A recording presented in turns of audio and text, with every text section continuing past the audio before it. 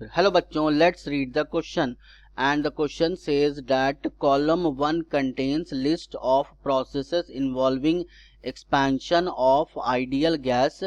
Match this with column 2 describing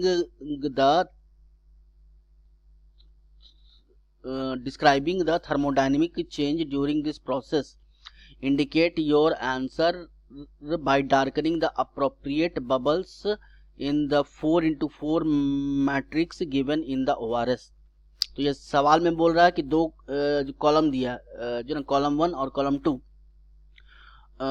जो ना, तो कॉलम 1 को जो है हमको कॉलम 2 से जो है जो मैच करना. तो ये सवाल में जो की कॉन्सेप्ट लगेगा वो है की कॉन्सेप्ट वो है एडियाबेटिक प्रोसेस. एडियाबेटिक प्रोसेस है ना. तो एडियाबेटिक जो प्रोसेस क्या होता है? एडियाबेटिक प्रोसेस होता है in this process there is no loss और गेन ऑफ हीट.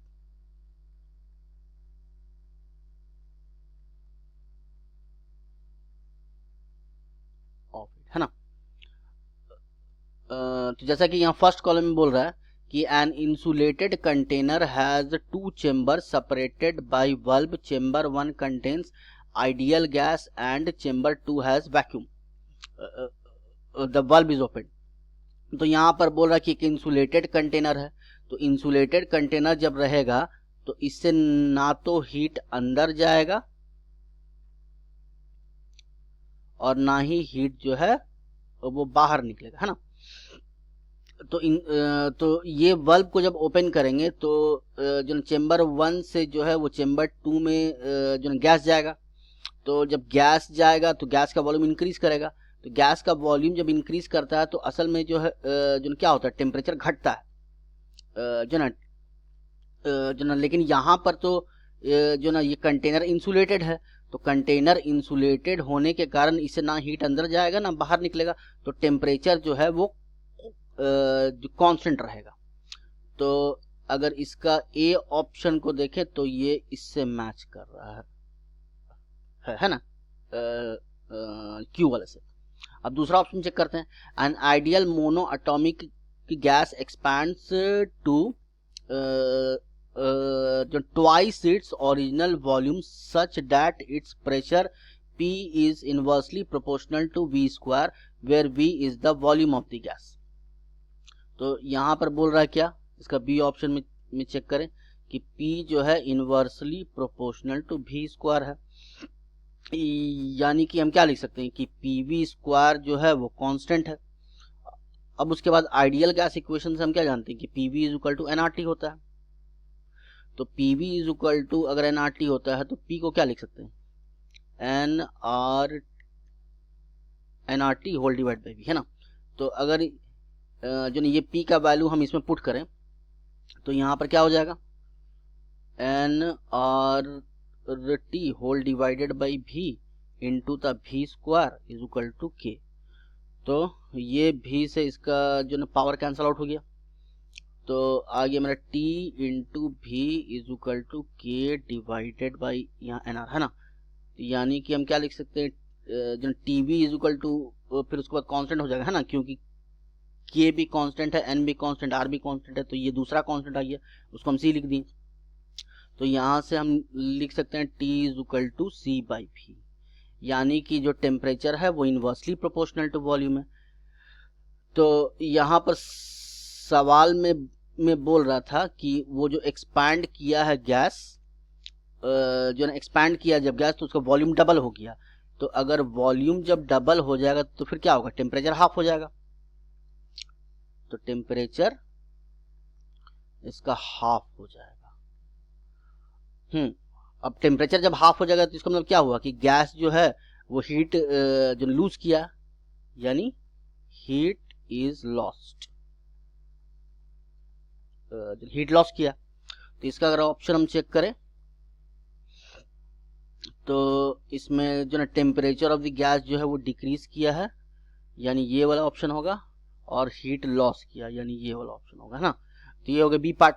अब जो सी पार्ट में बोल रहा है, सी ऑप्शन में N ideal monoatomic gas expands to twice its original volume such that its pressure such that its pressure where V is the volume, and ideal monoatomic gas expands to twice its volume such that its pressure P is inversely proportional to V to the power 4/3, है ना, where V is the volume of the gas। तो इसमें हम देखें C option और B option में, इसमें सिर्फ जो है ना पावर का फर्क है, यहाँ पर जो है पावर 2 है और यहाँ पर जो है पावर 4/3 है, यानी कि जो प्रोसेस जो है बी में हुआ वही प्रोसेस सी में होगा, यानी कि जो है ना, तो उसमें भी जो है ना टेम्परेचर जो है जो डिक्रीज किया था, और जो तो इसमें भी टेम्परेचर डिक्रीज करेगा और गैस जो है हीट लूज करेगा, यानी कि इसका जो है सी ऑप्शन में इसमें भी हो जाएगा और इसमें भी हो जाएगा, है ना। अब उसके बाद डी ऑप्शन चेक करते हैं। तो जो डी ऑप्शन में बोल रहा है, ideal monoatomic gas expand such that its pressure P and volume V follows the behaviour shown in the graph. तो यहाँ पर क्या दिया है, एक ग्राफ दिया है, इसमें PV डायग्राम है, इसमें जो वॉल्यूम जो है इनिशियल वॉल्यूम और फाइनल वॉल्यूम जो वॉल्यूम जो है वो डबल हो गया। तो यानी कि यहाँ से अगर ग्राफ से देखें तो यहाँ प्रेशर भी इंक्रीज कर रहा है, तो इसका मतलब हम क्या लिख सकते हैं कि प्रेशर भी इंक्रीज कर रहा है और वॉल्यूम भी इंक्रीज कर रहा है। तो प्रेशर वॉल्यूम दोनों इंक्रीज करेगा तो प्रेशर वॉल्यूम का जो प्रोडक्ट है वो भी इंक्रीज करेगा। अब PV is equal to NRT से अगर देखें तो प्रेशर और वॉल्यूम जब का प्रोडक्ट जब इंक्रीज करेगा तो टेम्परेचर भी इंक्रीज करेगा, तो यानी कि जो ना इसका टेम्परेचर जो है इंक्रीज करेगा। तो इसका ऑप्शन अगर हम चेक करें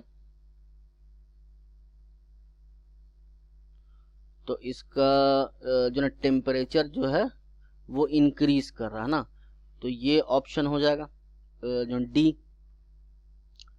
जो ना डी का क्यू हो जाएगा। और फिर उसके बाद जो ना जब टेम्परेचर इंक्रीज करता है तो क्या होता है, गैस जो हीट गेन करता है, तो ये भी सही हो जाएगा इसमें एस वाला।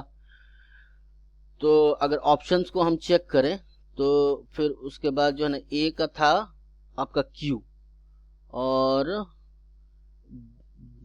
जो बी का चेक करें तो पी और आर हो गया, है ना। और उसी तरह जो है ना, तो इसका करेक्ट जो ऑप्शन हो जाएगा वो होगा सी, hence the correct option is C. Hope you have understood it well. Best of luck.